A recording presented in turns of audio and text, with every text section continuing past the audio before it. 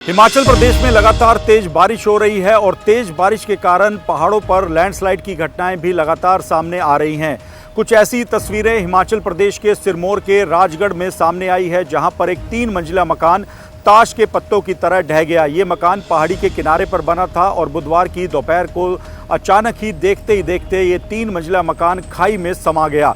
बताया जा रहा है कि घटना सिरमौर जिले के राजगढ़ की है, जहां पर बुधवार की दोपहर को दीदग पंचायत के छिछड़ियाधार गांव में ये मामला सामने आया है। जब ये मकान नीचे गिरा उस वक्त घर के अंदर 4 लोग मौजूद थे और इस घटना में मां और बेटी की मलबे में दबने से मौत हो गई है, जबकि 2 मासूम बच्चियां जिनकी उम्र करीब 1.5 से 2 साल बताई जा रही हैं, वो इस घटना में घायल हुई हैं।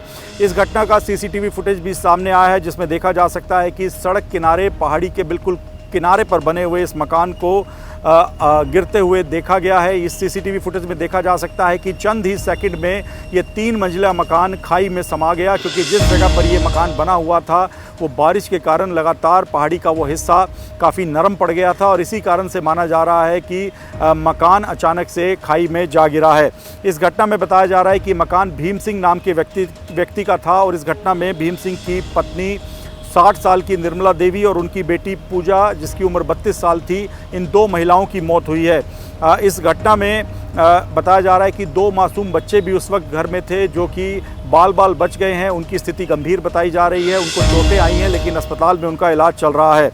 बताया जा रहा है कि घटना के बाद आसपास के स्थानीय लोग मौके पर पहुंच गए थे और कड़ी मशक्कत के बाद जो अंदर लोग फंसे हुए थे उनको बाहर निकाला जा सका। इसके साथ ही ये भी बताया जा रहा है कि हिमाचल प्रदेश के अन्य कई इलाकों में भी फ्लैश फ्लड और लैंडस्लाइड की घटनाएं लगातार सामने आ रही हैं। चंबा में बताया जा रहा है कि गुरुवार की दोपहर को सतरुंडी नाला में एक बार फिर से फ्लैश फ्लड की घटना के बाद बाढ़ जैसी स्थिति बन गई और उसके बाद तेज उफान से पानी वहां पर आ गया। इसके साथ ही मौसम विभाग ने ताज़ा बुलेटिन जारी करके 14 अगस्त तक भारी बारिश का ऑरेंज अलर्ट हिमाचल प्रदेश के कई इलाकों के लिए जारी किया है। ख़ास तौर पर 13 अगस्त को चंबा, कांगड़ा, मंडी और सिरमौर जिलों में तेज़ बारिश का येलो अलर्ट जारी किया गया है। 14 अगस्त को बिलासपुर, कांगड़ा और सिरमौर जिलों के लिए ऑरेंज अलर्ट और हमीरपुर, चंबा, मंडी, शिमला और सोलन जिलों में येलो अलर्ट जारी किया गया है।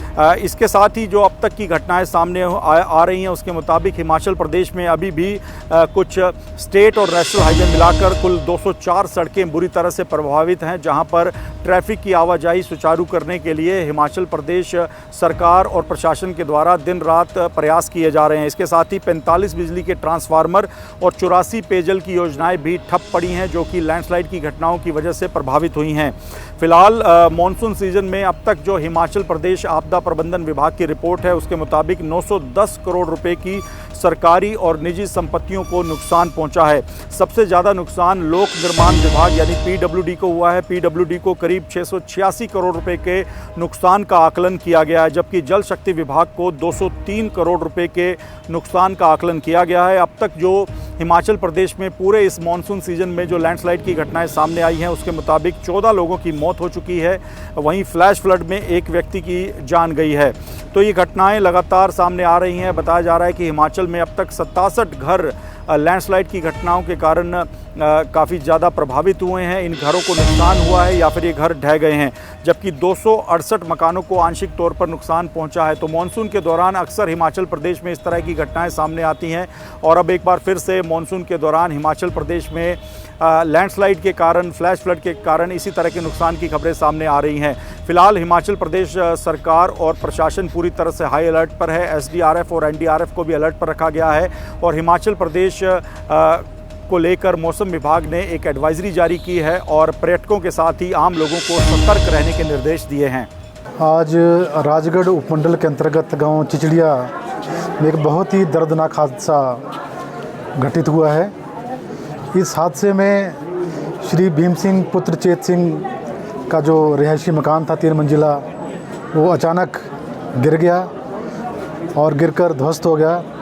और जब ये मकान गिरा तो इस मकान के अंदर 2 महिलाएं और 2 बच्चे थे और जो गंभीर रूप से घायल हो गए थे, जिनको स्थानीय ग्रामीणों की मदद से बाहर निकाला गया और उनको हॉस्पिटल पहुंचाया गया।